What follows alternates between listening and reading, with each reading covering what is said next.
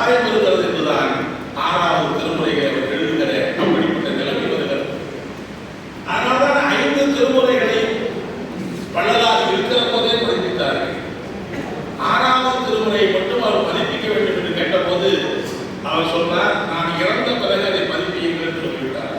ஏனென்றால் அதில் இருக்கிற கருத்துக்கள் அவ்வளவு முற்போக்கான, அவ்வளவு சமூக சீர்திருத்தத்தை உருவாக்குற கருத்துக்களாக இருந்த காரணத்தினால்தான். எனவே இன்றைக்கு நாம் அதே அந்த அடிப்படையிலே தான் இன்றைக்கு கவிஞர் தமிழொழியும் இன்றைக்கு நாம் பார்க்கிறோம். எனவே இதெல்லாம் இன்றைக்கு சமூகத்தில் இருக்கிற பல்வேறு அங்கங்கள், பல்வேறு அம்சங்களை, மனித வாழ்வுக்கு ஏற்றுக்கொள்ள முடியாத இப்படிப்பட்ட அம்சங்களை எல்லாம் எதிர்த்து குரல் கொடுக்கிற ஒரு மண்ணாக இருக்கிற அந்த மண்ணிலே பிறந்திருப்பது, மண்ணிலே வாழ்கிறோம் என்று சொன்னார். அதில் இருந்து நாம் எந்த படிப்பினைகளை, அனுபவங்களை கற்றுக்கொள்ள போகிறோம் என்பதுதான் நாம் எண்ணி பார்க்க வேண்டியிருக்கிறது என்பதைத்தான் நான் இங்கே சொல்ல விரும்புகிறேன். எனவே இப்படி இவைகளை பற்றியெல்லாம் ஆய்வு செய்ய வேண்டிய நிறைய விஷயங்கள் இருக்கிறது. ஆனால் நம்முடைய துர்பாக்கியங்களை எல்லாம் யார் ஆய்வு செய்ய போகிறார்கள்? இதையெல்லாம் ஆய்வு செய்ததிலிருந்து நாம் என்ன அடிப்படை படிப்பினைகளை அல்லது அனுபவங்களை பெறப்போகிறோம் என்பதை பற்றி நாம் என்ன செய்ய போகிறோம் என்று நமக்கு தெரியாது. ஆனால் இன்றைக்கு இதர அரசியல் இயக்கத்தில் இருக்கிறவர்கள் இதை பற்றியெல்லாம் கவலைப்படுகிற நிலைமையிலேயே இல்லை. எனவே இன்றைக்கு தமிழ் மொழியினுடைய 100ஆண்டு விழாவை கொண்டாடுகிறோம் என்று சொன்னால், இதை கொண்டாடாவிட்டால் ஒருவேளை தமிழ் மொழி வந்து நாளைக்கு கனவில் எனக்கு தண்டித்து விடுவார் என்பதற்காக அல்ல. இதை கொண்டாடவிட்டால் நாம் ஏதோ ஒரு சமூக பரிஷ்காரத்துக்கு நாம் ஆளாகி விடுவோம் என்பதற்காக அல்ல. இப்படி இந்த மண்ணிலே பிறந்து, இந்த மண்ணிலே வாழ்ந்து, பல அடக்குமுறைகளை, நெருக்கடிகளை சந்தித்து, அதெல்லாம் சாதாரண போராட்டங்கள் கிடையாது. வள்ளலார் நடத்திய போராட்டம் சாதாரண போராட்டமா? நந்தனார் நடத்திய போராட்டம் சாதாரண போராட்டமா? இன்னைக்கு நாம் நடத்துகிற அந்த போராட்டத்துக்கு அதை ஒப்பிட்டு பார்க்க முடியுமா? கடைசியிலே நந்தனார் நடத்திய போராட்டத்திலே அவர் உயிர் துறக்க வேண்டிய நிலைமை ஏற்பட்டது. கோயிலுக்குள்ளே சென்று ஆண்டவரை வழிபட வேண்டும் என்பதற்காக தன்னுடைய உயிரையே இழக்க வேண்டிய நிலைமைக்கு தான் நந்தனார் தள்ளப்பட்டார். கோயிலிலே இருக்கிற பிராமண ஆதிக்கத்தை எதிர்க்க வேண்டும் என்று கொல்ல கொடுத்த காரணத்தினாலேயே வள்ளலார் அந்த மண்ணிலே இருந்து விலக்கி அளிக்கப்பட்டார். இன்றைக்கு கூட அவருடைய மரணம் மர்மமான மரணமாக தான் இருக்கிறது. அவர் எப்படி மரணித்தார் என்பதை பற்றி யாருக்கு என்ன தெரியும்? அவர் எப்படி இயற்கை இருக்கிறார்? அவர் உடல் எங்கே அடக்கம் செய்யப்பட்டது என்பதை பற்றி எல்லாம் நமக்கு தெரியாது. எனவே ஒரு காலத்தில் இந்த சாதிய கட்டமைப்பும் சாதிய ஆதிக்கம் என்பதும் அவ்வளவு லேசானது கிடையாது, அவ்வளவு எளிமையானது கிடையாது. எதிர்த்து கேட்டால் வாழ முடியாது, எதிர்த்தால் உனக்கு உயிர் இருக்காது, உடல் இருக்காது. உடலை கூட அடக்கம் செய்வதற்கு நந்தனார் இறந்தார் என்கிற செய்தி தான் நமக்கு தெரியுமே தவிர, நந்தனார் உடல் எங்கே அடக்கம் செய்யப்பட்டது யாருக்காவது தெரியுமா? அடக்கம் செய்வதற்கு உடலே இல்லை. யாரையாவது கேட்டு பாருங்கள், சிதம்பரம் பகுதியில் எங்கே நந்தனாரை அடக்கம் செய்தார்கள்? எனவே அப்படிப்பட்ட ஒரு கொடும் ஆதிக்கம் இருக்கிற ஒரு சாதிய சமூகத்திலே நாம் வாழ்கிறோம் என்று சொன்னால், அவைகளை எல்லாம் எதிர்த்து குரல் கொடுத்திருக்கிற அவர்களை மதிக்க வேண்டும், அவர்களை பாராட்ட வேண்டும். அவர்கள் தூக்கி பிடித்திருக்கிற அந்த சாதிய ஆதிக்க போராட்டத்தை முன்னெடுக்கிற இயக்கமாக கம்யூனிஸ்டுகள் திகழ வேண்டும் என்கிற அடிப்படையிலே தான் வள்ளலார் 100ஆண்டு விழாவை நாம் கொண்டாடினோம். இன்றைக்கு தமிழுடைய 100ஆண்டு விழாவை கொண்டாடினோம். நாளைக்கு இன்னும் பல 100ஆண்டு விழாக்களை கூட நாம் கொண்டாட முடியும்.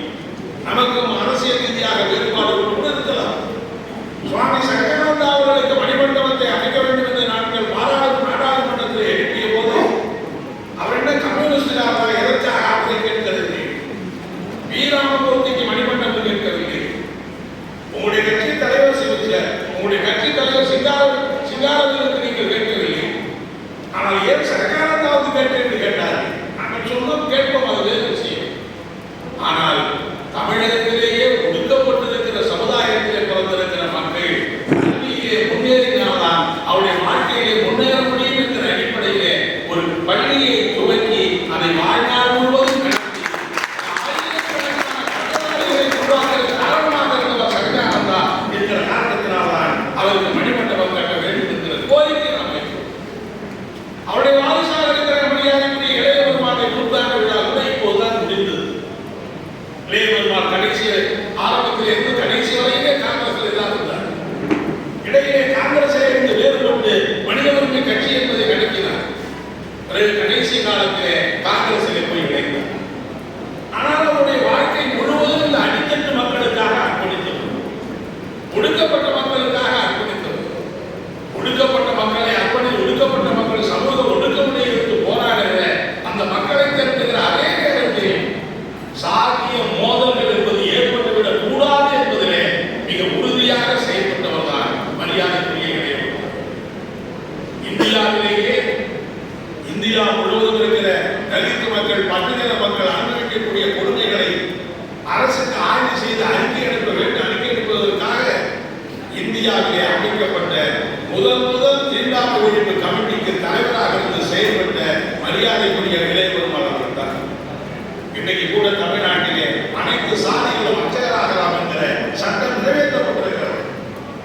சட்டம் நிறைவேற்றியது தமிழ்நாடு. ஆனால் அதை முதலிலே செயல்படுத்தியது கேரளத்திலே. அதற்கு பிறகுதான் தமிழ்நாட்டில் அமலுக்கு வந்தது. அந்த சட்டம் நிறைவேற்றுகிற போது சட்டமன்றத்திலே டாக்டர் கலைஞர் அவர்கள் சொன்னார்கள், இந்த சட்டம் நாளைக்கு நீதிமன்றத்திலோ மற்ற இடங்களில் போனால் இந்த சட்டம் ஒருவேளை நிராகரிக்கப்படலாம், எதையாவது காரணம். டாக்டர் கலைஞர் எவ்வளவு தூரம் கூர்மை உள்ளவர், அறிவு கூர்மை உள்ளவர் என்று சொன்னார். இந்த சட்டத்தை நிலைநிறுத்துவதற்கு ஏதாவது ஒரு வாதங்கள், ஏதாவது ஒரு ஆவணத்தை காட்ட வேண்டும் என்று தேடினார். கடைசியாக அவர் தேடி பிடித்தார்.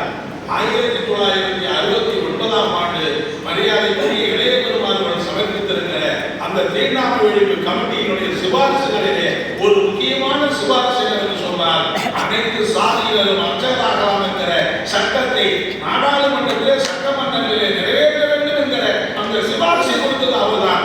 அதை மேற்கோள் காட்டிதான் இந்த சட்டத்தையே சட்டமன்றத்தில் நிறைவேற்றார். எனவே இப்படிப்பட்டவர்கள் நமக்கும் அவர்களுக்கும் அரசியல் ரீதியாக வேறுபாடு இருக்கலாம், கட்சி ரீதியாக வேறுபாடு இருக்கலாம். ஆனால் அவர்களுடைய பணியை மற்றவர்கள் பெரிய அளவுக்கு எடுத்து செல்ல மாட்டார்கள், மற்றவர்கள் அதை நினைவு கூற மாட்டார்கள். ஆனால் கம்யூனிஸ்டுகள் ஒட்டுமொத்த உழைப்பாளி மக்களுக்காக பணியாற்றுகிற நாம் என்கிற முறையிலே தான் அவர்களை எல்லாம் பாராட்டுகிற அந்த பணியிலே தான் நம்முடைய மரியாதைக்குரிய தோழர் தமிழொலி அவர்களுடைய இந்த கருத்தரங்கத்தை நாம் இன்றைக்கு 100வது ஆண்டு நிறைவு கருத்தரங்கத்தை இன்றைக்கு நாம் நடத்துகிறோம். தோழர்களே, இன்றைக்கு நீங்கள் பார்த்தால் ஏற்கனவே நிறைய சொல்லிவிட்டார்கள். நான் அதிகமாக அவர்கள் சொல்லி போக விரும்பவில்லை. ஒரு 41 ஆண்டுகள் மட்டுமே வாழ்ந்திருக்கிற ஒரு கவிஞர், ஒரு அடித்தட்டு சமுதாயத்தில் ஒட்டுமொத்தத்தில் சமூகத்திலே புறக்கணிக்கப்பட்ட ஒரு சமூகத்திலே பிறந்த கடும் வறுமையிலே வாழ்ந்திருக்கிற ஒரு ஏழைகளை பற்றி பாடிய காரணத்தினாலே, எழுதிய காரணத்தினாலே, சிந்தித்த காரணத்தினாலே வாழ்நாள் முழுவதும் ஏழைகள் அனுபவிக்கக்கூடிய எல்லா கொடுமையும் அனுபவித்தவர் தான் தமிழொலி என்று சொன்னார். அது கிடையாது. ஒரு வேளை உணவுக்கு பிறகு அடுத்த வேளை உணவுக்கு என்ன செய்வது? சென்னையிலே ஒரு இடத்திலே தங்கிவிட்டால் அடுத்த நாள் எங்கே தங்குவது என்று ஆளாய் பறந்திருக்கிற வாழ்க்கை தான் அவருடைய வாழ்க்கை. அவர் யாருக்கு வேண்டுமானாலும் எழுதியிருக்கலாம். இந்த நாட்டிலே வேறு பல கவிதைகளை எழுதியிருக்கலாம், வேறு பலருக்கு புகழ்பாடி இருக்கலாம். அப்படியெல்லாம் புகழ்பாடினால் கூட அவருக்கு நல்ல வசதியான வாழ்க்கை, வாழ்நாள் முழுவதும் நிம்மதியாக இருந்திருக்க முடியும். ஆனால் அப்படிப்பட்ட எதையுமே அவர் ஏற்றுக்கொள்ளவில்லை. இன்னும் சொல்ல போனால், அவருக்கு எது சரி என்று படுகிறதோ அதை எல்லா நேரத்திலேயும், எது தவறு என்று படுகிறதோ அது எல்லா நேரத்திலையும் விமர்சிக்க தயங்காதவர் நம்முடைய மரியாதைக்குரிய தமிழொலி. அவருக்கு ஆசானாக இருந்தவர் பாண்டிச்சேரியில் இருந்த பாரதிதாசன். பாரதிதாசன் தான் என்னுடைய ஆசான் என்று சொன்னார்கள். பாரதிதாசனோடு இணைந்து பாண்டிச்சேரியை பயணித்தவர் அறிவொளி.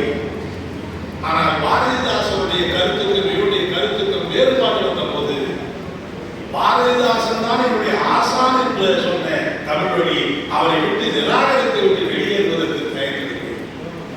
நமக்கு அவர்தானே ஆதரவு, அவர்தானே பக்கபலம், அவர்தானே குரு. ஆகவே அவர் சொல்வதை ஏற்றுக்கொள்ள விட்டு போய்விடுவோம் என்று அவர் எண்ணி பார்த்ததே இல்லை. அவர் ஏற்றுக்கொள்ளவே இல்லை. அவருக்கும் தீபாவுக்கும் மிக நெருக்கமான தொடர்பு இருந்தது, மிக நெருக்கமான தொடர்பு இருந்தது. ஆனால் தீபா ஒரு நேரத்தில் அவருக்கும் இவருக்கும் கருத்து வேறுபாடு வருகிற போது அடுத்த நிமிடமே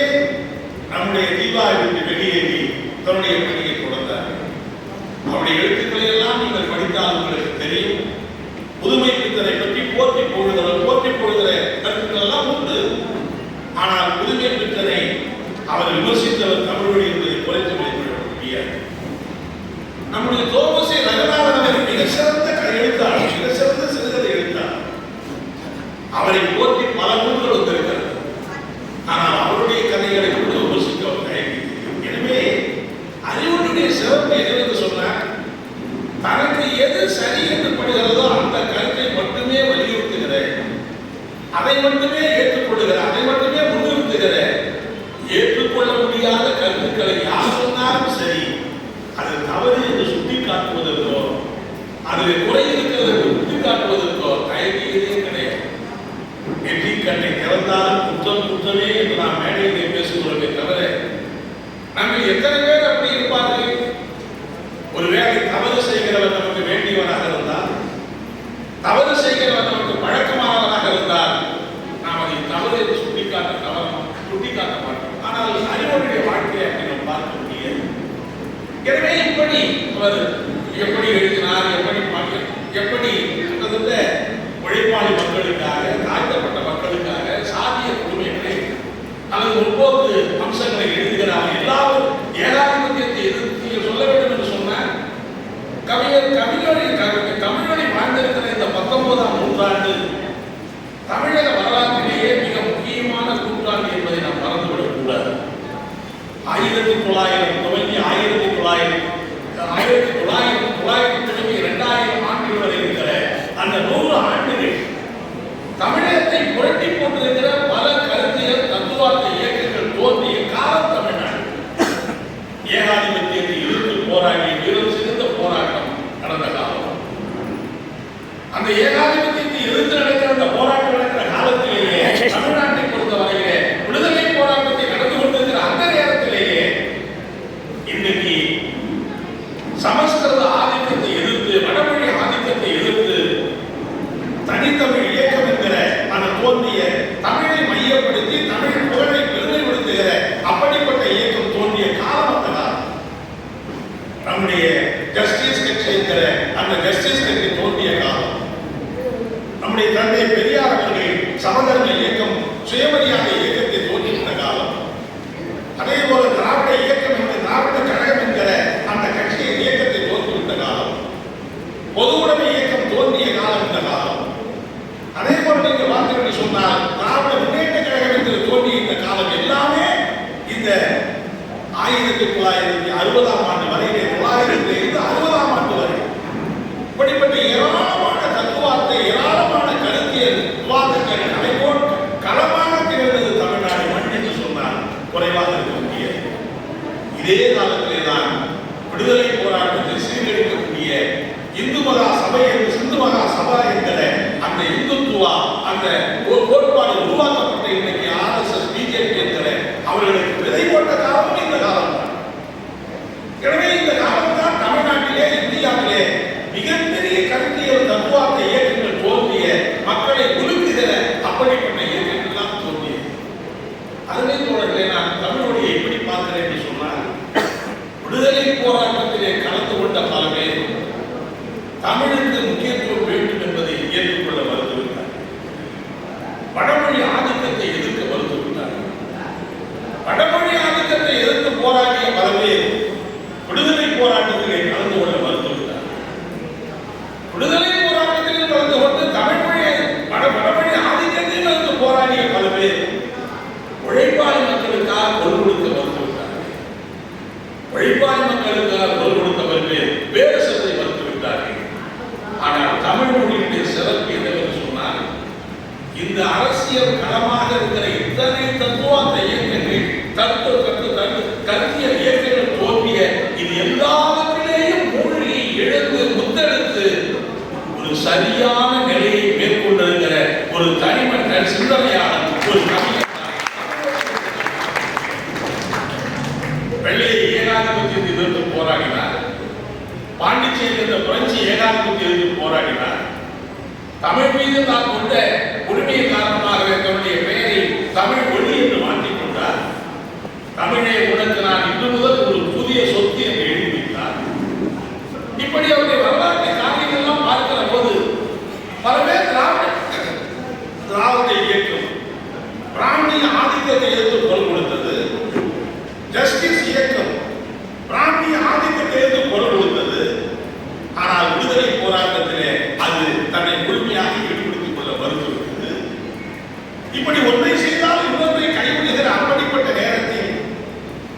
எல்லாவற்றிலேயும் மொழி எடுத்தது மட்டுமல்ல, வாசில் சொன்னதை போல இவைகள் விடுதலை போராட்டத்திலே கலந்து கொண்டவர், வடமொழி ஆதிக்கத்தை எதிர்த்து போராடியவர், தமிழ் மீது தமிழுக்கு நான் புதிய சொத்து என்று தமிழுக்கு தன்னை அர்ப்பணித்துக் கொண்டவர், தமிழ்நாட்டு மக்களுக்காக உழைப்பாளிகளுக்காக குரல் கொடுத்தவர், சாதிய கொடுமையை எதிர்த்து குரல் கொடுத்தவர். உழைப்பாளி மக்கள் அன்னைக்கு சோவியத் நாடு விடுதலை அடைகிற போது, சீன நாடு விடுதலை அடைகிற போது, மேதின கொண்டாட்டம் நடைபெறுகிற போது எல்லாவற்றிலேயும் உழைப்பாளி மக்களை மையப்படுத்தி இது அனைத்து சிந்தனையிலேயும் மிகச் சரியான நிலையை மேற்கொண்டிருக்கிற பயணத்தை மேற்கொண்டவர் தான் தமிழ் மொழி என்று சொன்னால் அது மிக கடைசியாக இந்த அனுபவங்களை எல்லாம் தூக்கி பார்த்துதான் 47, 48ஆம் ஆண்டுகளிலே அவர் பொது உடைமை இயக்கத்திலே தன்னை இணைத்துக் கொண்டார்.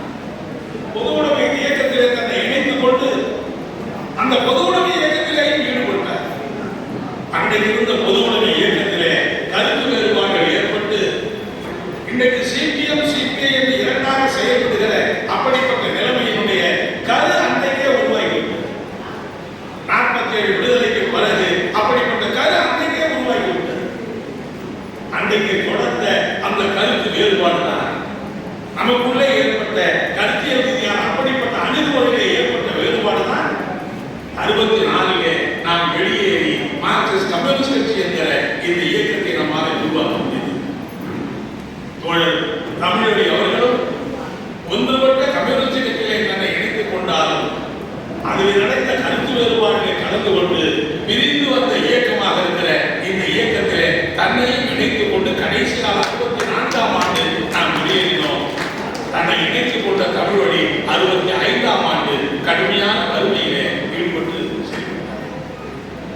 இந்தி திணிக்கப்படுகிற போது இந்தியை திணித்து எதிர்ப்பு பல பேர் பேசியதாக சொல்லுகிறார்கள்.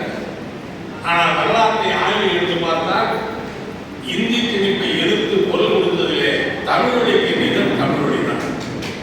சமஸ்கிருத எதிர்ப்பை எதிர்த்து குரல் கொடுத்ததிலே தமிழொலிக்கு நிதம் தமிழொலி தான். அவர் பல்கலைக்கழகத்திலே படிக்கவில்லை, கல்லூரியிலே படிக்கவில்லை. இப்போது நாம் அதிகமாக வகுப்புகள் நடத்துகிறோமே, இப்படி வகுப்புகள் நடத்துகிற ஏற்பாடு அன்றைக்கு கிடையாது. அன்றைக்கு பெரிய ஆய்வகங்கள் இல்லை, பெரிய நூலகங்கள் இல்லை. தட்டினா கையிலே இருக்கிற செல்போனிலே உலகத்திலே இருக்கிற எந்த தரவுகளையும் கேட்டு பெற முடியுமே, அப்படிப்பட்ட வசதி வாய்ப்புகள் எல்லாம் இல்லை. அங்கே தந்தையிலே இருக்கிற கலந்தை கல்லூரியிலே படிக்க சென்ற போது ஆசை சொன்ன போது சாதிய அந்த சாதிய அந்த ஆதிக்கத்தின் காரணமாக அந்த பள்ளியிலே இருந்து வெளியேறிவிட்டார். எனவே அவருடைய சிந்தனை இவ்வளவு வாய்ப்புகளெல்லாம் இல்லாத போது கூட சரி நமக்கு இவ்வளவு வாய்ப்புகள் இல்லை என்பது மட்டுமல்ல, ஒவ்வொரு நாளும் அவருடைய உணவுக்காக அவர் உணவுக்காக போராடித்தான் வாழ்க்கிறார். சஞ்சீவி போன்றவர்கள் இன்னும் சில நண்பர்கள் அப்போதைக்கு அப்போது செய்யக்கூடிய உதவிகளை செய்துதான் வாழ்க்கை நடக்கிறார். தனக்கு நிரந்தரமான ஒரு வேலை வேண்டும் என்று கேட்டிருந்தால் அவர் வேலைக்கு போயிருக்க முடியும். நிரந்தரமான வருமானம் கிடைத்திருந்தால் அவரால் ஈட்டியிருக்க முடியும். ஆனால் எதை பற்றியும் அவர் கவலைதான். அவரை யாரோட சென்றாலும் அவருடைய தவறு என்று சென்று விட்டால் அடுத்த நிமிஷமே போனீங்கிறாரா சொல்லிட்டு ஏவன் ஒரு வேலை வச்சுக்கோம். எனவே யாரையும் யாருடைய தயவிலே இருக்க வேண்டும் என்று அவர் விரும்பியதே. எவ்வளவு பெரிய தலைவராக இருந்தாலும் எவ்வளவு பெரிய ஆசாராக இருந்தாலும் அவருடைய தயவிலே தான் நான் இருக்க வேண்டும் என்கிற இல்லாத காரணத்தினாலே அவருக்கு ஏற்பட்ட காதல் தோல்வி, அவருக்கு அதை பற்றியெல்லாம் கதையை எழுதியிருக்கிறார். சிறுகதைகள் அவ்வளவு அற்புதமான கதை. 2 மரக்கால் என்கிற ஒரு கதை. ஒரு கிராமத்தில் இருக்கிற விவசாய தொழிலாளி, அந்த குடும்பம் பட்டினி கிடக்கிறது. 2 நாளாக ஒரு வேளை கஞ்சி குடிப்பதற்கு கூட வழி இல்லை. தான் சிறு பையனாக இருக்கிற பிள்ளையை பார்த்து பார்த்து தாய் அழுகிறார். இவரை பார்த்து கணவன் கண்ணீர் கொண்டு அழுகிறார். நள்ளிரவிலே புறப்பட்டு நான் வருகிற போது உங்களுக்கு ஏதாவது வாங்கி வருகிறேன் என்று வீட்டை விட்டு வெளியேறுகிறார். வெளியேறும் திரும்பி வரவே இல்லை. காலை விடிய பார்க்கிறார்கள், திரும்பி வரவில்லை. பிறகு செய்தி கேட்டுப்பட்டு ஓடி பார்க்கிறார்கள். பண்ணையார் விட்டு மாட்டுக் கொள்வதிலே அவரை கையாலை கட்டி போட்டு வைத்திருக்கிறார்கள். சவுக்காரை அடித்த உடம்பெல்லாம் ரத்தம் சுட்டுகிறது. என்ன குற்றம் என்று கேட்டால் நள்ளிரவிலே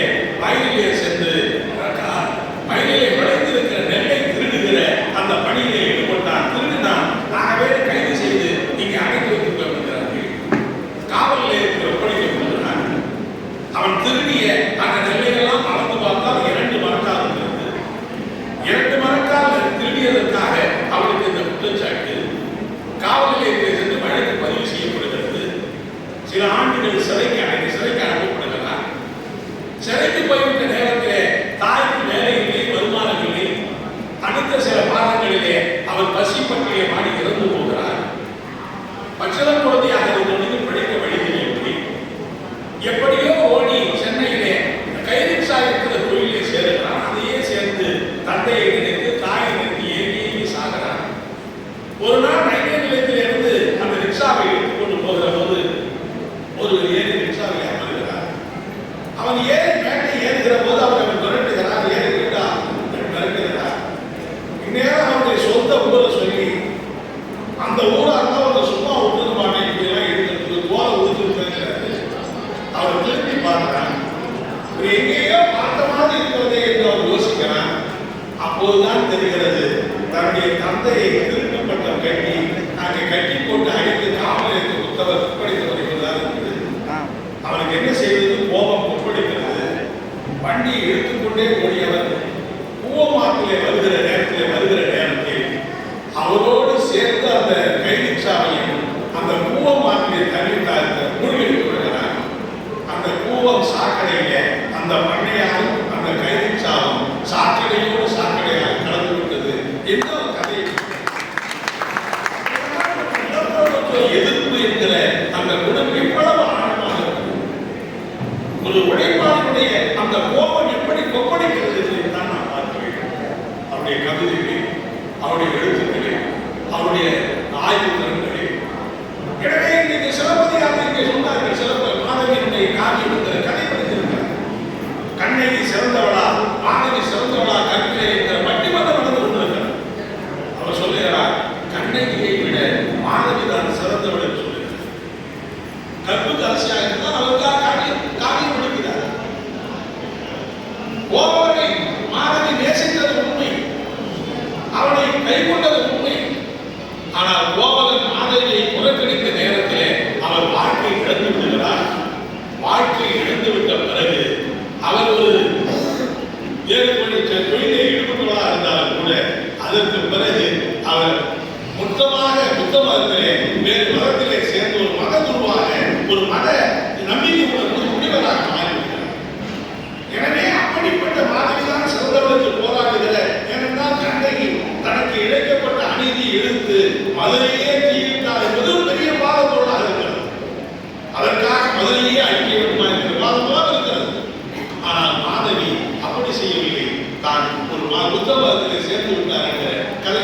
இப்படி ஒன்று ஒன்றிலே ஒரு மாற்று சிந்தனையோடு, ஒரு மாற்று கருத்தோடு சிந்திக்கிற எழுதுகிற அந்த காலத்தில் இன்றைக்கெல்லாம் ஒரு 70-80 ஆண்டுகளுக்கு முன்னாலே இப்படியெல்லாம் சிந்தித்தார், எழுதினார், பேசினார் என்று சொன்னால் அதைத்தான் இன்றைக்கு நாம் நினைவுபடுத்துகிறோம். எனவே அப்படிப்பட்ட ஒரு சிந்தனை மிக்க செயல்மிக்க, அப்படிப்பட்ட ஒரு நல்ல தொழிலாளர்கள் இயக்கத்தின் மீது, சோசியலிசத்தின் மீது, கம்யூனிஸ்டுகள் மீது, பொதுவுடைமை இயக்கத்தின் மீது, தீண்டாமை, சாதிய கொடுமைகளை எதிர்த்து அவர் எழுதியிருக்கிற வீராயிருக்கிற காவி, சாதிய ஒடுக்குமுறைகளை எதிர்த்து அவர் குரல் கொடுத்திருக்கிற அந்த குரல் நிபந்தனை, சாதியம் என்பதை எதிர்த்து பொருந்தவை ஓடாது என்ற நிபந்தனைகள் என்று எழுதுகிற அவருடைய கவிதை குறிகள், இவைகளெல்லாம் உண்மையிலேயே 80 ஆண்டுகளுக்கு முன்னாலே அவர் சிந்தித்திருக்கிறார், எழுதியிருக்கிறார் என்று சொன்னால் உண்மையிலேயே நமக்கு ஆச்சரியமாக. அப்படிப்பட்ட கவிஞருடைய இந்த நூற்றாண்டு விழாவை கொண்டாடுவதன் மூலம் நாம் என்ன செய்ய போகிறோம் என்பதுதான் நமக்கு முன்னால் இருக்கிற மிக முக்கியமான கேள்வி. அன்றைக்கு சமூகத்தில் இருக்கிற எந்த அநியாயத்தையும் அக்கிரமத்தையும் அவர் ஏற்றுக்கொண்டவர்களே, அவர் கண்ணில் காணாமல் இல்லை, அவர் பார்த்துவிட்டு மௌனமாக இருந்த ஒரு மனிதராக அவர் இருக்கிறார். நாம் எழுதி என்னவாக போகிறது, நாம் பேசி என்னவாக நடந்திருக்கலாம். இணையான ஒரு தனியாக என்ன பண்ண முடியும்? இன்னைக்கு இருக்கிறவங்க கூட கட்சியெல்லாம் கிடையாது. இன்னைக்கு இருக்கிறவங்க கூட மக்கள் இயக்கம் கிடையாது. ஒரு தனி மனிதன் என்ன செய்ய முடியும் என்று அவர் கவலைப்படவில்லையே. தனி மனிதனாக இருந்தாலும் சிறுதுளி பெருவெள்ளமாக மாறும் என்கிற நம்பிக்கையிலே தான் வாழ்நாள் முழுவதும் அப்படிப்பட்ட அந்த மகத்தான இலட்சியத்துக்காக தன்னை அர்ப்பணித்துக் கொண்டு கடைசியாக கம்யூனிஸ்ட் இயக்கத்தில் தன்னை இணைத்துக் கொண்டு சோசியலிசம் தான் பொதுவுடைமைதான் இந்த தீர்வாக அமையும் என்கிற அப்படிப்பட்ட நிலைமை உருவாக்கினார். இப்படி ஏராளமான சிந்தனையாளர்கள் இருக்கிறார், ஏராளமான சிந்தனையாளர்கள் தமிழக மண்ணிலே தோன்றியிருக்கிறார். மரியாதைக்குரிய தமிழ்ச்சங்கள் திமுக திருவிக்காவை பற்றி நிறைய நாம் கேள்விப்பட்டிருக்கிறோம். ஆனால் திருவிக்காவுடைய வாழ்க்கை வரலாறையெல்லாம் படிக்கிற போது நமக்கு பிரமிப்பாக இருக்கிறார். அவர் காங்கிரஸ் கட்சியில் இருந்தார், ஏகாதிபத்தியம் இருந்தார். ஏகாதிபத்தியத்தை எதிர்த்து இருக்கிற காங்கிரஸ் கட்சி தலைவராக இருந்த திருவிக்காவை சென்னையிலே இருக்கிற பிஎம்சி மில் தொழிலாளிகளை கொண்டு திரட்டி தமிழகத்திலேயே முதல் தொழிற்சங்கத்தை உருவாக்கிய சக்கர செட்டியார் போன்றவரோடு இணைந்து சங்கத்தை அமைத்தவர் திருவிக்காவை. அவர்தான் சிங்காரவேலரோடு சேர்ந்து வேதனத்தை கொண்டாடினார். அவர் கடைசியாக எழுதுகிறார், நான் காந்தியவாதியாக இருந்திருக்கிறேன், ஆன்மீகவாதியாக இருந்திருக்கிறேன், பல மத கோட்பாடுகளை எல்லாம் நான் நம்பியிருக்கிறேன். ஆனால் நான் எண்ணி எண்ணி பார்க்கிறேன், நான் சொல்லுகிற இந்த காந்திய கோட்பாடு, இந்த மத நம்பிக்கைகள், மதம் சொல்லுகிற இந்த நல்லெண்ண சிந்தனைகள், இதெல்லாம் சமூகத்தில் என்றைக்காவது நிறைவேறுமா? இதெல்லாம் சமூகத்தில் என்றைக்காவது ஒத்தி நிறைவேறுகிற நிலைமை வருமா என்று நான் இயக்கி இருக்கிறேன். என்னுடைய நெஞ்சு குறைந்து கொண்டே இருக்கும். பல நாள் நான் இரவு தூங்கியே கூட இருக்க மாட்டேன். அப்படிப்பட்ட நேரத்திலேதான் நம்முடைய மரியாதைக்குரிய சிங்காரவேலுடைய நிகழ்ச்சியிலே கலந்து கொள்கிற வாய்ப்பு கிடைத்ததுன்னு சொல்றார். சிங்காரவேல் நிகழ்ச்சிக்கு போனதே ஒரு சுவையான வரலாறு. அவர் ஏன் சிங்காரவேலை கொடுத்து போனார்னா, அவர் பௌத்த மதத்தை பற்றி பேசிக் கொண்டிருக்கிறார். விஞ்ஞானத்தில் மனிதன் எப்படி தோன்றினான், உயிர் எப்படி தோன்றியது என்பதெல்லாம் பேசுகிறார். இவர் சைவ மதத்திலே நம்பிக்கை உள்ளவர், வைணவத்திலேயும் சேர்த்து முடியாதக்கூடிய ஆன்மீகவாதி. அது எப்படி ஆன்மீகத்தை எதிர்த்து ஒரு பேசுவது நாம் எப்படி அனுமதிப்பது என்று 10 பேர் அழைச்சிட்டு போய் நம்முடைய சிங்காரவேல கூட்டத்தில் தகராறு பண்ணது தான் உள்ள போய் பண்ணிட்டேன். அங்க போய் அவர் பேச விடக்கூடாது, எப்படியா பேசுறாங்க கலவரம் பண்ண போறேன். ஆனா அங்க போய் உட்கார்ந்த உடனே சிங்காரவேல மனிதனுடைய தோற்றத்தை பற்றி, உயிருடைய தோற்றத்தை பற்றி, விஞ்ஞானத்து கூறுகளை எல்லாம் மிக அழகாக வெளுத்து பார்த்த பிறகு அவரே தகராறு கொண்ட பணம் கைவிட்டு மனம் மாறி எந்த சிங்காரவேலரை எதிர்கொண்டு போனாரோ அந்த சிங்காரவேலரை குருவாக ஏற்றுக்கொண்டு அவரோடு பேசி விவாதிக்க ஆரம்பித்தார். அவர் எழுதுகிறார், சிங்காரவேலருக்கு போதித்த அந்த தத்துவத்தை நான் எண்ணி பார்த்தேன். மார்க்சியத்தை பற்றி அவர் சொன்னார், சோசியலிச கோட்பாடுகளை பற்றி சொன்னார். நான் இத்தனை ஆண்டுகாலம் எண்ணி எனக்கு விடை காணாத ஒரு தத்துவத்தை, மார்க்சிய தத்துவத்தை அறிமுகப்படுத்தியிலே நான் மிகுந்த மகிழ்ச்சி அடைந்தேன். இந்த ஆன்மீகத்தில் இருக்கிற கோட்பாடு, காந்தியத்தில் இருக்கிற நேர்மை, நியாயம் என்கிற இவைகளெல்லாம் சமூகத்திலே ஒன்றி வருமா என்று நான் எண்ணிக்கொண்டிருந்தேன். நிச்சயமாக மார்க்சிய தத்துவம் இந்த மண்ணிலே ஆட்சி செய்கிற நிலைமை வருகிற போது அதெல்லாம் நிச்சயமாக ஒன்றி வரும் என்று நான் திடமாக நம்புகிறேன் என்றால் அப்படி கடைசி காலத்தில் வருகிறார். எனவே அப்படிப்பட்ட சிந்தனைகளை நாம் உருவாக்கிக் கொள்ள வேண்டிய அவசியம் இருக்கிறது. கம்யூனிஸ்டுகளாக இருக்கிற நாம் இப்படிப்பட்ட பரந்த அந்த இலக்கிய பரந்த லட்சியங்களை கொண்டிருக்கிறவர்கள் என்பதை நாம் மறந்துவிடக் கூடாது. நம்ம பல பேருக்கு அடிக்கடி வருகிற சந்தேகம், என்னைக்கு நாட்டில் குறைச்சிக்கணும், என்னைக்கு குறைஞ்சிருக்கிறோம், நாளைக்கே நடக்கிற விஷயமா? இன்னைக்கு இந்த தேர்தலில் தோல்வி அடைந்த பிறகு சில பேர் கேட்கிறாங்க, இப்படியே போனால் நம்ம எங்கதான் போவோம்? அவ்வளோ பேருக்கும் அப்படி இருந்தா இப்படி இருந்தா பேர் போயிட்டே இருக்கு. தோழர்களை நான் என்ன சொல்ல விரும்புகிறேன் என்று சொன்னால், இது தேர்தல் முடிவு மட்டும் அல்ல. இன்னைக்கு நாம் உலகத்திலே இருக்கிற ஏகாதிபத்திய பெருமுதலாளிகளை எதிர்த்து போராடுகிற போது, இந்தியாவிலே இருக்கிற கார்ப்பரேட் முதலாளிகளை எதிர்த்து போராடுகிற போது, அது ஏதோ கார்ப்பரேட் முதலாளி என்றால் ஒரு தொழிற்சாலை இருக்குது, அதுதான் முதலாளி. ஒரு கார்ப்பரேட் நிறுவனமா இந்த ஒட்டுமொத்தமான சமூக கட்டமைப்பே இந்த முதலாளிக்கு ஒரு சமூக கட்டமைப்பு.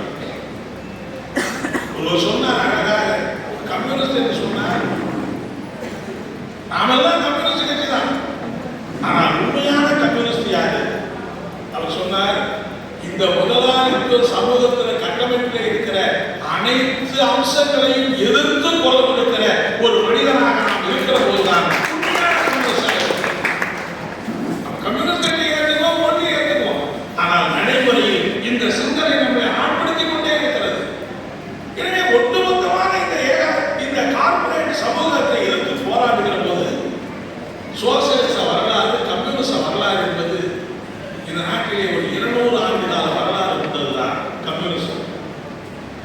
2000 ஆண்டுகள் வரலாறு கொண்டது இந்த முதலாளித்துவம் என்பதை மறந்துவிடக் கூடாது. 2000 ஆண்டுகளாக வேர்பதித்து ஆணிலே கொண்டிருக்கிற அந்த ஆணை அசைத்து எடுத்து பிடிக்க எறிவது என்பது ஏதோ நம்ம ஒரு பொதுக்கூட்டம் போட்டு முடிச்சுள்ள காரியம் அல்ல, ஏதோ ஒரு கருத்தரங்க நடத்தி முடித்து விடுகிற காரியம் அல்ல. அது சமூக ரீதியாக அடிப்படையிலே மாற்றங்கள். ஆகவே வெற்றிகள் சோதனைகள் வரத்தான் செய்யும். 75 ஆண்டுகள் நீடித்து நிலைத்திருந்த சோவியத் நாடே இன்னைக்கு கவிழ்ந்து போய்விட்டது. என்ன செய்வது? கிழக்கு ஐரோப்பிய நாடுகளே இன்னைக்கு விழுந்து போய்விட்டது. என்ன செய்வது? கிழக்கு ஐரோப்பிய நாடுகளிலே பல நாடுகளிலே கம்யூனிஸ்ட் கட்சி பெயரையே மாற்றிவிட்டார்கள். என்ன செய்ய முடியும்? எனவே நம்மை பொறுத்தவரையிலே ஒரு சமூக நீண்ட பயணத்திலே இது ஒரு கட்டம், அவ்வளவுதான். அந்த சமூக பயணம் நீண்ட காலம் போக வேண்டியிருக்கலாம். நம்முடைய பயணம் ஏதோ இந்த கட்சி ஆட்சிக்கு வந்தது, நாளைக்கு ஒரு கட்சி ஆரம்பிப்பார், நாளைக்கு அவர் ஆட்சி கூட போயிடுவார். நேற்று ஒரு கட்சி ஆரம்பித்தார், நாளைக்கு ஆட்சி கூட போயிடுவார். ஒரு ஆட்சியை பிடிப்பது என்று சொன்னால் அது வேறு.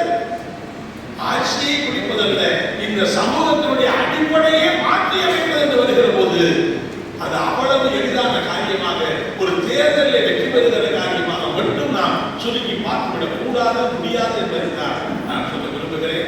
அதைத்தான் நான் தமிழிலிருந்து புரிந்து கொள்ள வேண்டும். ஒரு தனி மனிதனாக இருந்து எதை சாதிக்க முடியும் என்று அவர் நினைத்திருந்தால் இதற்காக அர்ப்பணித்துக் கொண்டே இருக்க மாட்டார், இதை எழுதியிருக்கவே மாட்டார் என்று சிந்தித்தது. ஆனால் நாம் எழுதி வைக்கிற எழுத்து இன்றைக்கு இல்லாவிட்டால் என்றைக்காவது இந்த நாடு பேசுகிற ஒரு எழுத்தாக மாறும் என்கிற அந்த நம்பிக்கை தான் அவர் வாழ்நாள் முழுவதும் மறுமையிலேயே உணர்ந்து கொண்டு அதை ஏற்றுக்கொண்டார். எனவே அப்படிப்பட்ட சூழ்நிலையில் இன்றைக்கு நாடு இருக்கிற நாட்டுடைய நிலைமைகளை பற்றி எல்லாம் உங்களுக்கு நன்றாக தெரியும். இன்றைக்கு பிஜேபி மத்தியிலே மீண்டும் ஆட்சிக்கு வந்திருக்கிறது. ஒரு சாதிய ஒரு மத அடிப்படையில் வாதம் இன்றைக்கு தமிழகம் வெற்றி பெறுகிற அப்படிப்பட்ட நிலைமை ஏற்பட்டிருக்கிறது. அவைகளை பற்றி எல்லாம் முழுமையாக நான் இங்கே நடத்த விரும்பவில்லை. என்ன பெருமைப்பட வேண்டிய ஒன்று என்று சொன்னார், 400 இடங்களிலே நாங்கள் வெற்றி பெறுவோம் என்று சொன்ன மோடி இன்றைக்கு தனி பெரும்பான்மை இழந்து கூட்டணியை நம்பிதான் ஆட்சி அமைக்க முடியும் என்ற அளவுக்கு அவரை பின்னிட்டு தள்ளி இருப்பதே இந்த தேர்தலிலே மக்கள் எடுத்திருக்கிற ஒரு மகத்தான வாய்ப்பு. நான் ஆண்டவருடைய வாரிசு என்று சொன்ன மோடியை கடந்த ஆண்டு 4 லட்சம் வாக்குகள் வித்தியாசத்தில் வெற்றி பெற்றவரை இன்றைக்கு 2 லட்சம் வாக்குகள் வித்தியாசத்தில் தான் வெற்றி பெற முடியும் என்று பின்னிட்டு தள்ளி இருக்கிறார்களே, அது இந்த வாக்காளர்கள் அமைந்திருக்கிற ஒரு நியாயமான வாக்களிப்பு என்பதை மறந்துவிடக்கூடாது. எந்த அயோத்தி கோயிலை கட்டி, ராமர் கோயிலை கட்டி, ராமரை மையப்படுத்தி நாட்டிலேயே திசைதிருப்ப பார்த்தார்களோ, அந்த அயோத்தி உள்ளடங்கி இருக்கிற நாடாளுமன்ற தேர்தலிலே பிஜேபியை இன்றைக்கு படுதோல்வி அடைந்திருக்கிறது என்று சொன்னால் ராமர் அரசியல் இன்னைக்கு மண்மூடி போயிருக்கிறது என்பதைத்தான் நாம் மறந்துவிடக்கூடாது. எனவே முழு வெற்றியா இல்லையா என்பது வேறு விஷயம். ஆனால் நாம் துவங்கிய பணியிலே ஒருபடி முன்னேறி மேலும் பல பணிகள் முன்னேற வேண்டிய பணியை நாம் மாற்ற வேண்டிய தேவை இருக்கிறது. இந்தியாவிலே பறந்து கிடக்கிற மதசார்ந்த கட்சிகள் எல்லாம் முன்னெடுத்து இந்த மகத்தான போராட்டத்தை நடத்தி இருக்கிறோம். ஒருவேளை இன்னும் அடுத்த ஆண்டு இறுதியிலே 5 மாநிலங்களுக்கு தேர்தல் வர இருக்கிறது. இந்த 5 மாநிலங்கள் தேர்தலிலேயும் இந்தியா கூட்டணி முதல் தேர்தலிலேயே இந்த வெற்றியை பெற்றோம். இதுதான் முதல் தேர்தல். தேர்தலுக்கு 3 ஆண்டுகளுக்கு முன்னாலே வந்த கூட்டணி அல்லது 3 மாதங்களுக்கு முன்னால் அமைந்த கூட்டணி தான். அப்ப இந்திய மக்களுடைய எதிர்பார்ப்பு நாம் ஒருங்கிணைக்கிற போது நம்மால வெற்றி பெற முடிகிறது என்பதைத்தான் அது காட்டுகிறது. அடுத்து நடைபெறுகிற 5 மாநில தேர்தல்களிலே பிஜேபி வீழ்த்துகிற அந்த பணி வெற்றிகரமாக நடக்கும் என்று சொன்னால் இந்தியாவிலே ஒரு மாற்று ஆட்சியை நோக்கி நம்முடைய பயணம் மேலும் ஒருபடி முன்னேறுகிறது என்றுதான் அர்த்தமாக இருக்கிறது. எனவே அந்த பணியை நாம் நிறைவேற்ற வேண்டிய அவசியம் இருக்கிறது. மதசார்பற்ற சக்திகளை ஒன்றிணைக்க வேண்டிய அவசியம் இருக்கிறது. மதசார்பற்ற சக்திகளோடு இணைந்து நாம் பணியாற்ற வேண்டிய அவசியம் இருக்கிறது. அப்படி பணியாற்றுகிற அதே நேரத்தில் பிஜேபி வீழ்த்துவது மட்டும்தான் நம்முடைய நோக்கமா? அது நம்முடைய உடனடியான லட்சியம், உடனடியான நம்முடைய கூலி. ஆனால் அது மட்டுமே அல்ல. இதற்கு மாற்றாக இடதுசாரி பாதையிலே இந்தியா மக்களை திரட்ட வேண்டிய ஒரு மகத்தான கடமை நமக்கு முன்னாடி. நம்முடைய கட்சியுடைய சொந்த பலத்தை நாம் அதிகரிக்க வேண்டியிருக்கிறது. இந்தியாவில் இருக்கிற உழைப்பாளர் மக்கள் அந்த வர்க்க ஒற்றுமையை கிராமங்களிலே இருக்கிற விவசாயிகள், தொழிலாளிகள், உழைப்பாளி மக்கள், ஆலை தொழிலாளி, அரசு ஊழியர்கள், ஆசிரியர் என்கிற உழைப்பாளிகள் எல்லாம் ஒரு பேர் இயக்கத்தை உருவாக்க வேண்டிய கடமை நமக்கு இருக்கிறது. ஆனால் அப்போது எளிதாக உருவாக்குகிற இந்த ஒற்றுமையை ஒவ்வொரு நாளும் உடைத்துக் கொண்டே இருக்கிறார். நாம் ஒருபடி முன்னேறினால், சாண் ஏறினால் உழவு சரிக்கும் என்கிற ஓரடி முன்னால் ஈரடி பின்னால் என்று வெற்றி எழுதுகிறாரே, அதுதான் நடந்து கொண்டிருக்கிறது. இன்னைக்கு சாதி அணி சேர்த்து, சாதி அணிதல்கள், அடையாள அரசியல், மதத்தை முன்னிறுத்துவது, மைனாரிட்டி மக்களை குறிவைத்து தாக்குவது என்கிற இந்த அடையாள அரசியலை முன்னிறுத்தி வர்க்க இயக்கங்களையே சிந்தாந்தமாக்குகிற பணியை வேகமாக செய்து கொண்டிருக்கிறார். அது எப்படி நாம் உடைக்கப் போகிறோம் என்பதுதான் நமக்கு முன்னாலே இருக்கிற சவால். தாழ்த்தப்பட்ட மக்களை தனியாக திரட்டுவோம், பிற்படுத்தப்பட்ட மக்களை தனியாக திரட்டுவோம், இதர சாதி மக்களை தனியாக திரட்டுவோம். எனவே உழைப்பாளி வர்க்க ஒற்றுமை என்பதை ஒவ்வொரு நாளும் நாம் உருவாக்கிக் கொள்வதற்கு முயற்சிக்கிற நேரத்திலேயே மணிக்கணக்கிலே, வினாடி கணக்கிலே கூட ஓய்வெடுக்காமல் இதை சிறந்து சின்னாட்டமாக்குகிற அந்த கூடுகள் வேதமாக தொலைக்காட்சி மீடியாக்கள் அதைதான் முன்னுக்கு நிறுத்துகிறார், பத்திரிகைகள் அதுதான் முன்னுக்கு நிறுத்துகிறார்கள், ஒட்டுமொத்தமாக அதுதான் மாற்று என்று சொல்லுகிற அப்படிப்பட்ட நிலைமை ஏற்படுகிறது. எனவே இவைகளையெல்லாம் எதிர்த்து குரல் கொடுப்பது, எதிர்த்து நாம் ஒன்றுபட்ட இயக்கத்தை செய்வது எப்படி என்பதை, இந்த வர்க்க மக்களை அணிதிருப்பது எப்படி என்பதை ஆழ்ந்து யோசிக்க வேண்டும். நான் கேட்கிறேன், கடந்த காலத்திலே சிதம்பரம் காட்டுமன்னார் தாலுகாவில் ஏற்பட்டிருக்கிற அந்த வர்க்க ஒற்றுமை இன்றைக்கு இருப்பதாக சொல்ல முடியுமா? அந்த வர்க்க இயக்கம் பலமாக இருக்கிறது என்று சொல்ல முடியுமா? அல்லது டெல்டாவிலே வேறு ஒரு மாநிலங்களில் இருக்கிறது. எனவே காலங்கள் மாறுகிற இந்த சூழலிலே பல்வேறு விதமான உத்திகளை பயன்படுத்தி உழைப்பாளி மக்களை பல கூறுகளாக பிரிக்கிற அவருடைய பணி வேகமடைகிறது, விரைவடைகிறது. அவர்கள் பணியை மிக ஆக்கப்பூர்வமாக செய்கிற அப்படிப்பட்ட நிலைமை. எனவே நாம் சிந்திக்க வேண்டிய ஒரு ஆழ்ந்த கட்டமாக இருக்கிறது. இது எப்படி புரியும்? இது எப்படி உடைந்து இந்த உழைப்பாளி மக்களை ஒரே அணியிலே திரட்டுவது? சாதிய கொடுமைக்கு உள்ளாக்கப்படுகிற தலித்து மக்களை திரட்ட வேண்டும். அந்த சாதிய கொடுமைகள் ஆட்படுத்தப்படக்கூடிய பிற்படுத்தப்பட்ட மக்களையும் திரட்ட வேண்டும். இது என்ன சாதாரணமான வேலையா? இது எப்படி செய்ய? இவர்களை திரட்டினால் அவர்கள் கோபிக்கிறார்கள், அவர்களை திரட்டினால் இவர்கள் நம்பிக்கை எடுத்து போகிறார்கள். எப்படி என்பது நமக்கு முன்னாலே இருக்கிற ஒரு சவால். ஆனால் இது செய்யாமல், இந்த உழைப்பாளி வர்க்க ஒற்றுமையை ஒழுங்காக கட்டமைக்காமல் நம்மால் முடியாது.